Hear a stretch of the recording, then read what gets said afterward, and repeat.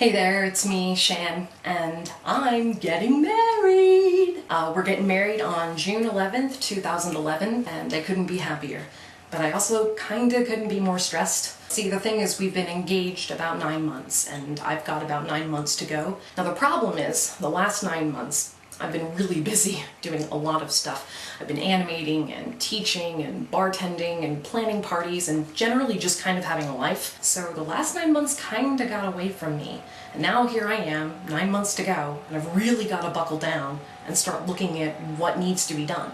So I went to The Knot, which is essentially the McDonald's of wedding websites, if you know what I mean. Convenient, easily consumed and digestible, drenched in cheese. And suddenly I find myself up to my elbows in to-dos. They have this thing, it's called a wedding checklist. It's basically supposed to be this really helpful tool for busy working women to make sure that they cover all their bases and they don't miss anything when it comes to planning the big wedding, right? With that in mind, I want to present to you The Knot's 9 to 11 month checklist. Here we go. Number 1, get organized. Start a notebook or file folder to house all your wedding planning paperwork in one place. Number 2, decide on a wedding budget and hash out who's contributing to the wedding. Number 3, choose a wedding date and time. Finalize after booking with important guests like parents, siblings, and grandparents. The ceremony and reception location and the ceremony efficient. And number 29, last but not least, start a wedding registry at one or more of your favorite stores. Even if you start with just a few pieces, you can always add more later.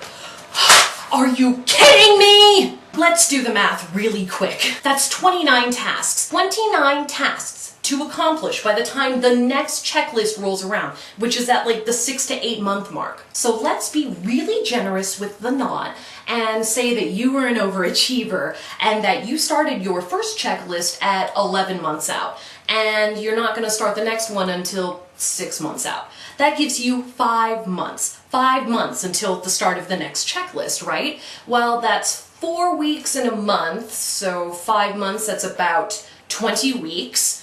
That gives you a grand total of 20 weeks to finish 29 tasks. I'm sorry, that bears repeating. That gives you 20 weeks to finish 29 tasks. That has every bride having to finish at least a task a week. Alright, so let's say you work Monday through Friday like I do, and Sundays you spend on housework and errands, and Saturdays are really your only big day off, and you do have a couple hours during the week, in the evening, but you know, that's mostly reserved for sleep. That doesn't really leave a lot of time for recreation and, like, a life. And then people wonder why brides get so insane about their weddings. I mean, doesn't it stand to reason? We spend every waking hour planning these not approved celebrations.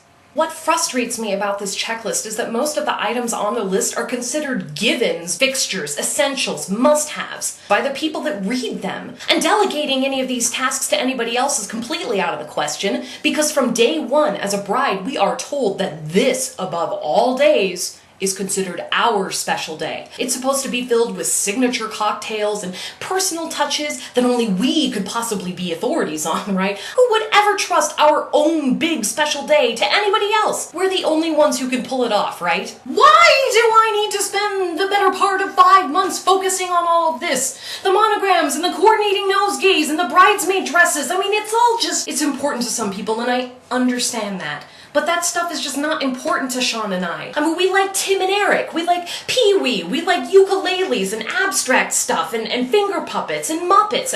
We went to the Evergreen State College. They don't even have grades at the Evergreen State College. I'm an intelligent and talented and capable woman, right?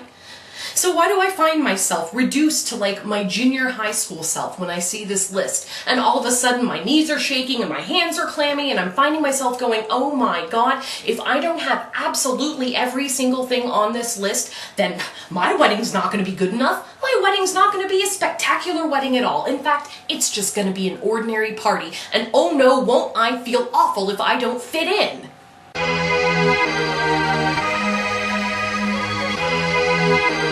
Leave a comment. Bye bye. Thanks.